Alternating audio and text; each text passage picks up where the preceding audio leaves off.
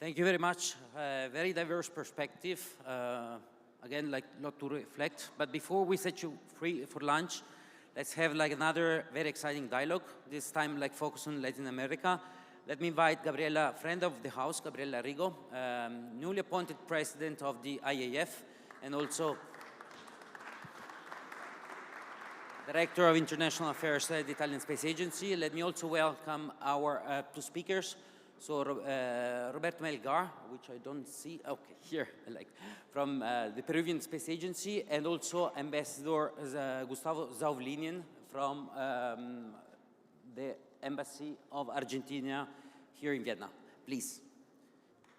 Thanks again.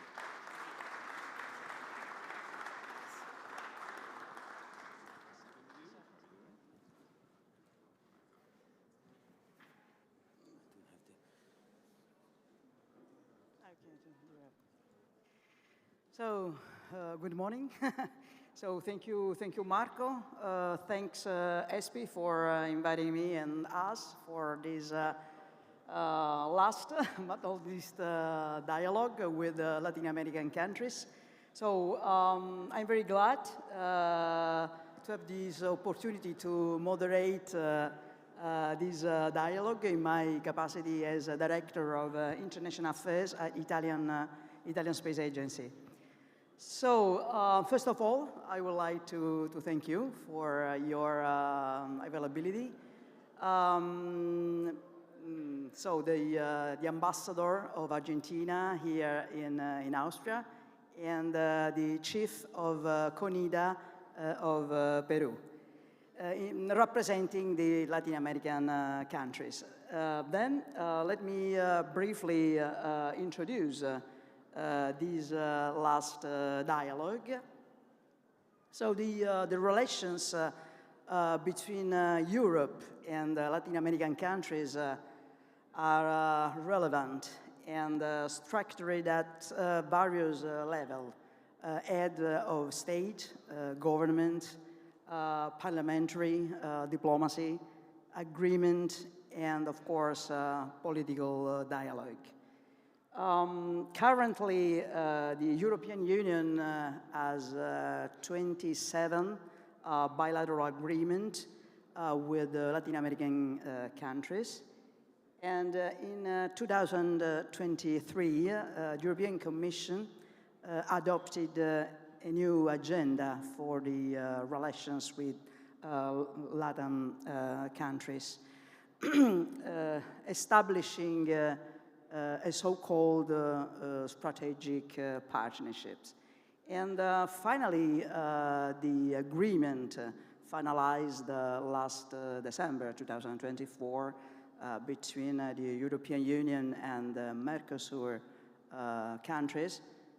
Indeed, after several years of negotiations, is the largest agreement ever negotiated by Union, which links two big regions that count 700 million people on a quarter of the world's GDP. So, but what happened in the space sector? So in the space sector, European Space Agency has numerous relation and cooperation agreement with Latin American countries, as well as several European countries finalized bilateral agreement with Latin American countries. So, and I personally, in my capacity as a Director of International Affairs at Italian Space Agency, indeed, I followed since '90 the relations with a lot of Latin American countries. So now let me ask you some questions. I would like to start with the ambassador of Argentina. Indeed, in the recent days, we followed the presidential election of midterm. So in this sense, We followed the Argentina day by day. But with regard to space, so we know that Argentina has a long-term heritage in the space sector.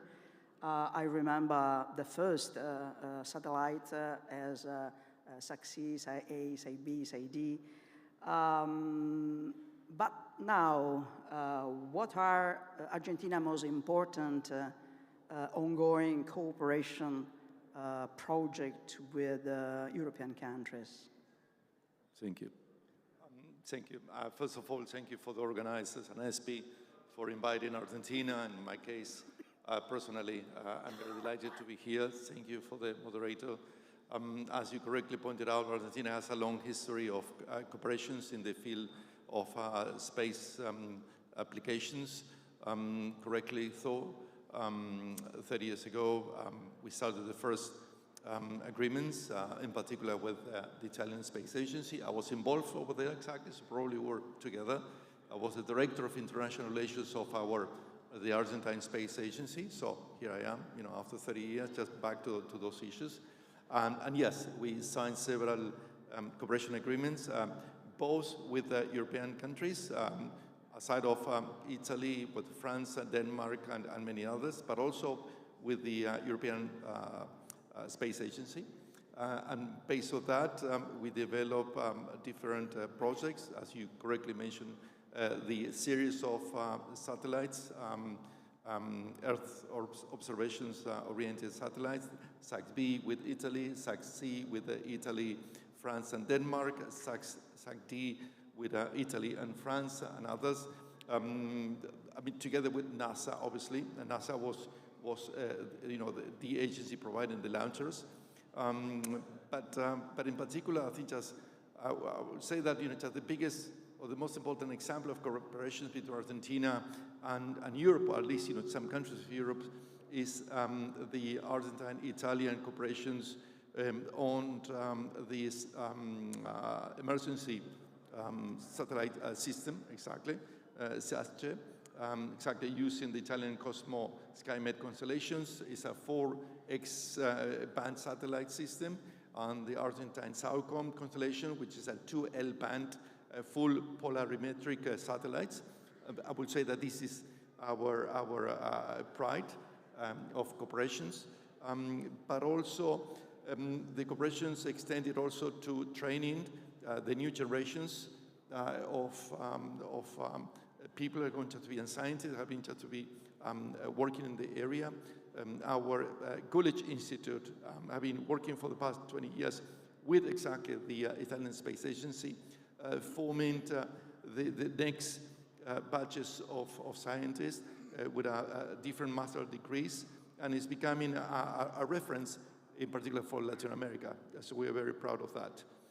Looking ahead also, the Argentine Space Agency is working with different countries in Europe, but in particular against with the Italian Space Agency, and one particular university in Argentina, the University of San Juan, for the installation of a fly-eye telescope in San Juan. But also we move into industrial collaboration, because we believe it's key not only on research, development, but also to move to the third stage, which is collaborations, as I said, on industrial elements. And therefore, we have developed, in particular, a partnership between one of our companies, bank, and KSAT. And that involved ground segment support between KSAT's and network and our agencies, stations in Córdoba and Tierra del Fuego, and others. And last but not least, obviously, from a multilateral framework approach, our cooperation agreement with the European Space Agency for the installation of a deep space antenna in the Malawi and our province of Mendoza is important for EO applications. And then I will stop here because I can continue with the long list. But it's a very fruitful and very helpful cooperation that Argentina has with Europe, the European Space Agency, and the different European countries. Thank you, Ambassador. Indeed, the combination between engineering capacity and space education is in Argentina characterized, very, very appreciated. Very good. Thank you so much. So I have also a question for General Roberto Melgar, the chief of CONIDA. So indeed, Peru is a new emerging country, but with great ambitions also in space. So what are the most important space projects developed or in progress by Peru? Thank you. First of all, I want to thanks for the invitation to our country. The first time being here is an amazing event. And we would like to share our efforts and our objective to the European community. It's a very good opportunity. So regarding our projects, we have a very comprehensive national space program. It focuses on Earth observation, capacity building, and international collaborations.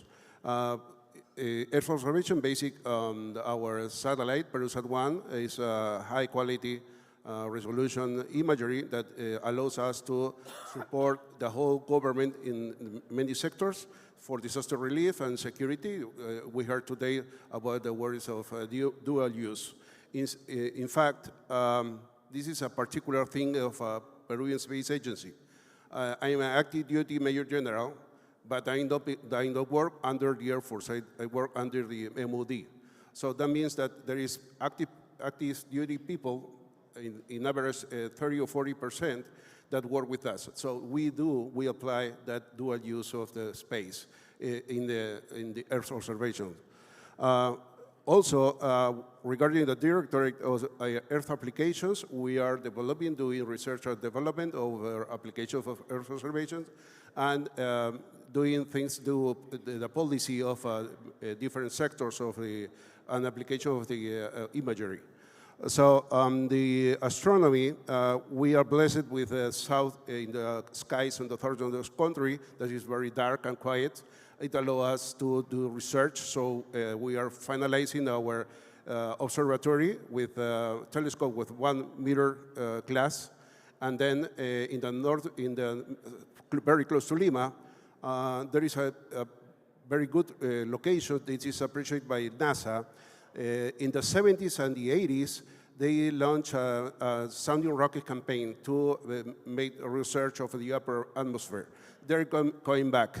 They want to do it from the 2028, yes, 2028, but it depends on the transition of the administration and the leadership of the NASA. Maybe it will take longer, but they expect to launch at least 10 to 14 sounding rockets, and that will help us to develop our own sounding rocket program. It's a way to get access to space.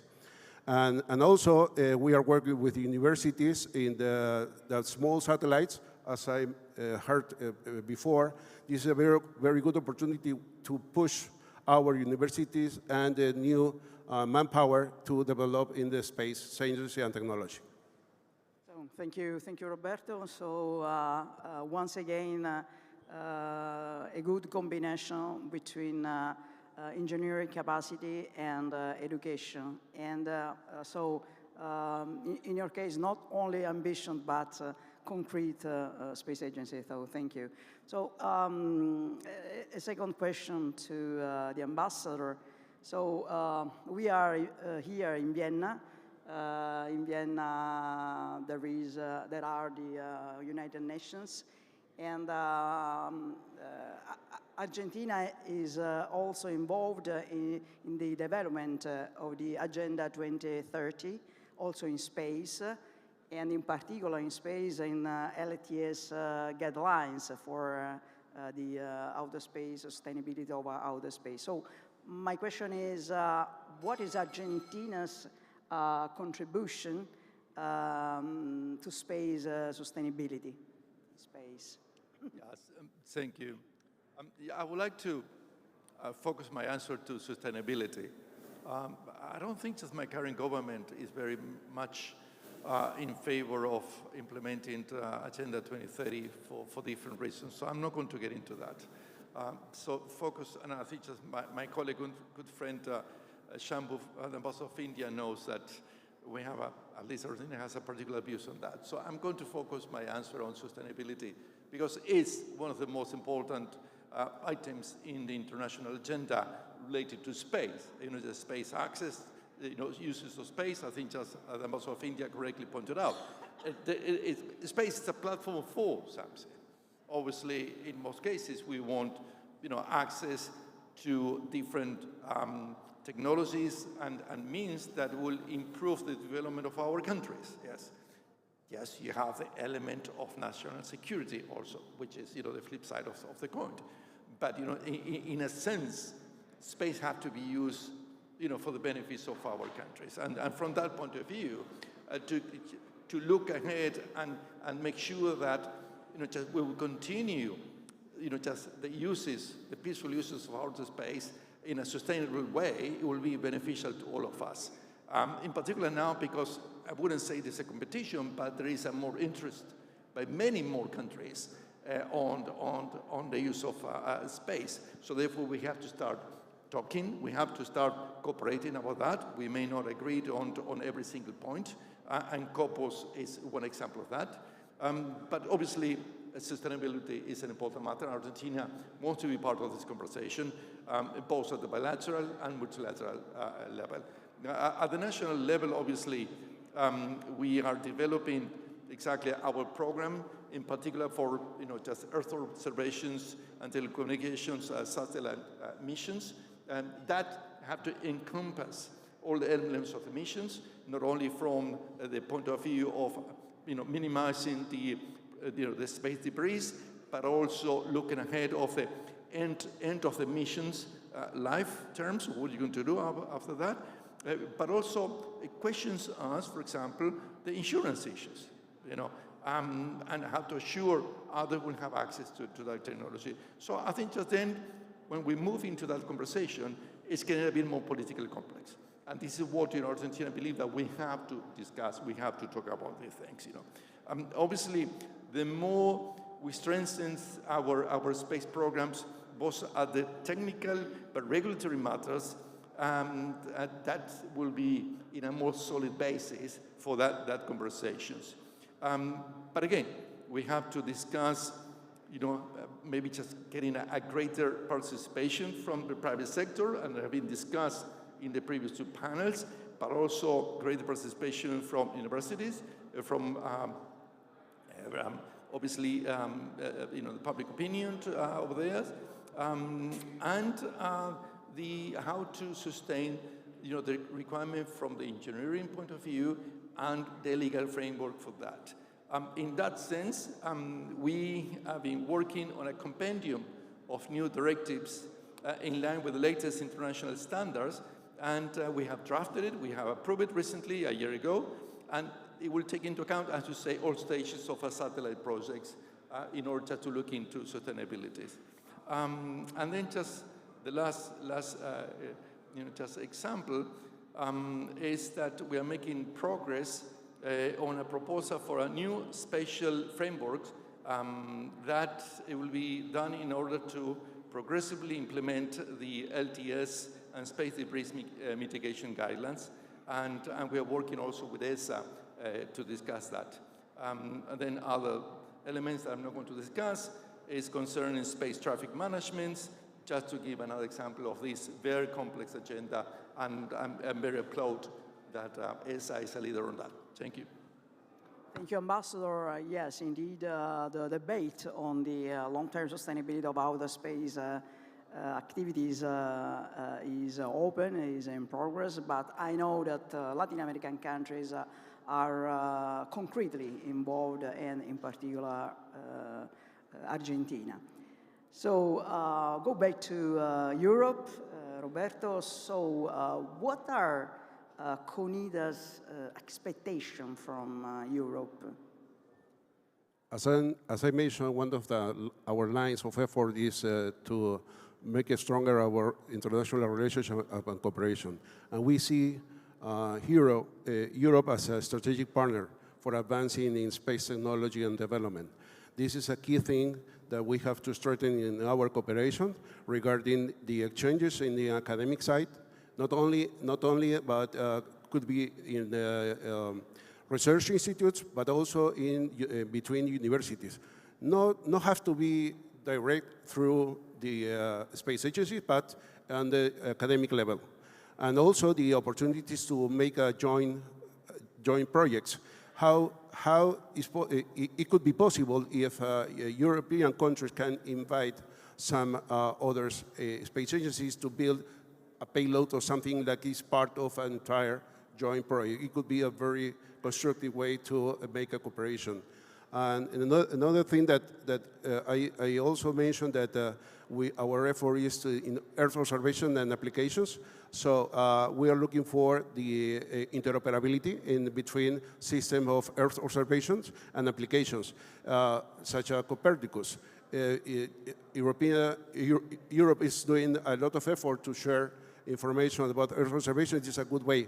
We just launched a geo platform where all the users in our country can access to all the imagery that CONIDA has. But they are able to access and to process the imaging in cloud. That means that they can gather all the things that previously was very hard to do it. They have to have their own hardware and software and all other things. We are doing this in a simplified way. How it could be better if we can make a joint agreement with the European countries and make such a similar platform to have access to the Copernicus constellation, for instance. So thank you, Roberto. Appreciate it. And I have a last question for the ambassador, related also to Europe. So how do you see the future of space relations with Europe? It's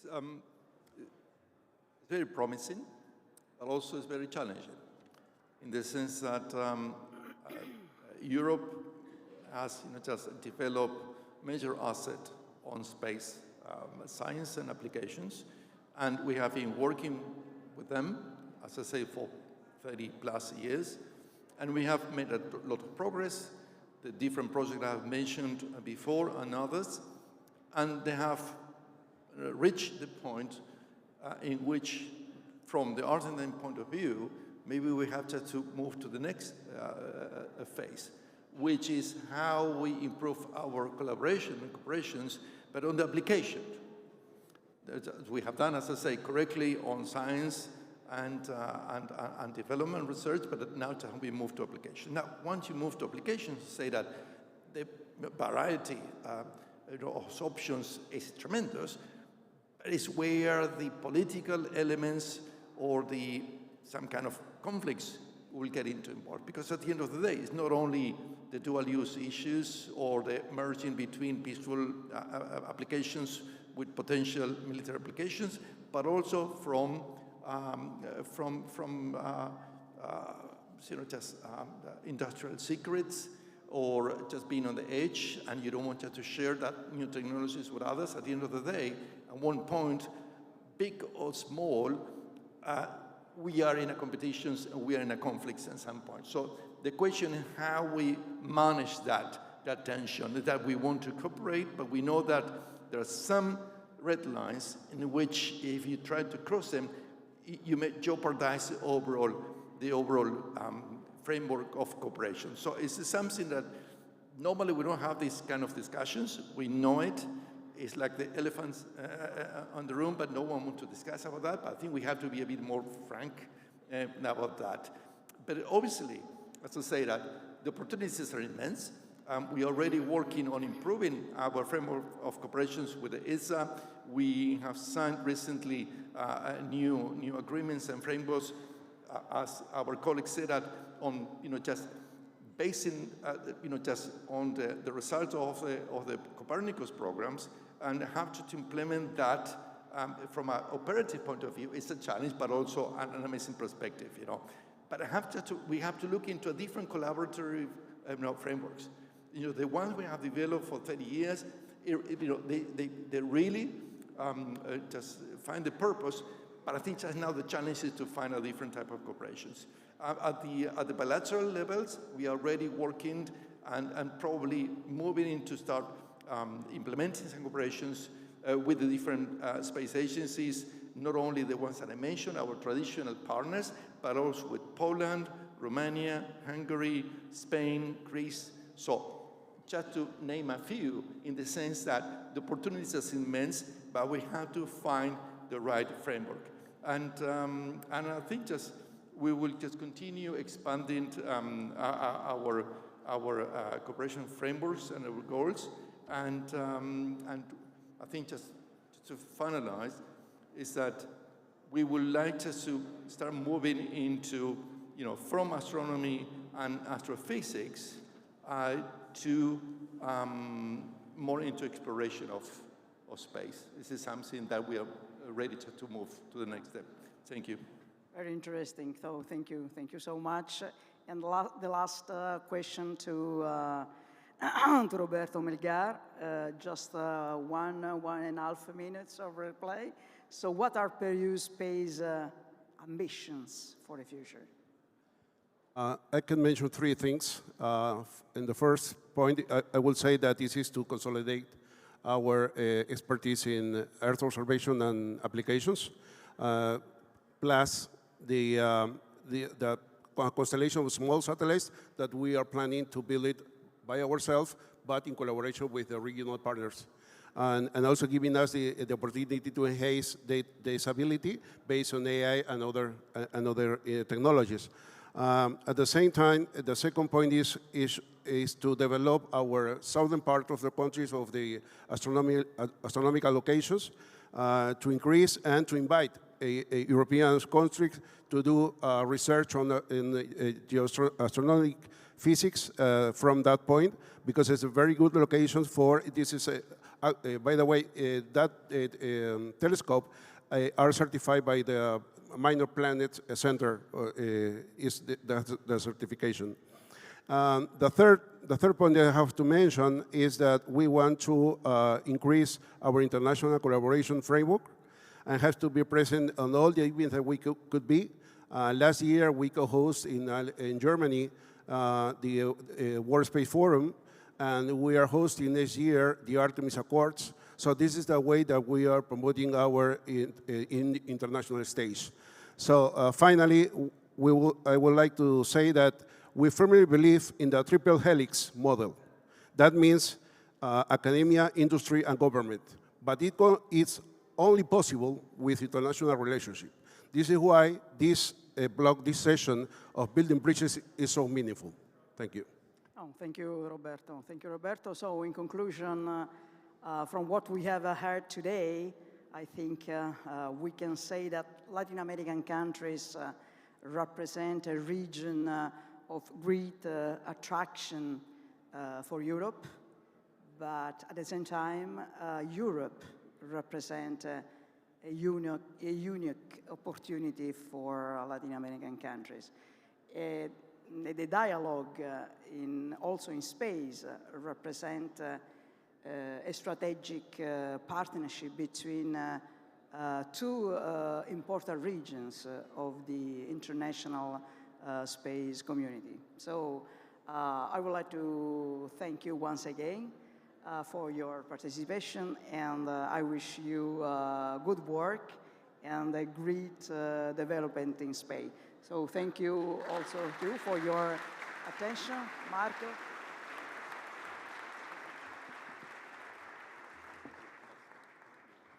Thank you very much. We are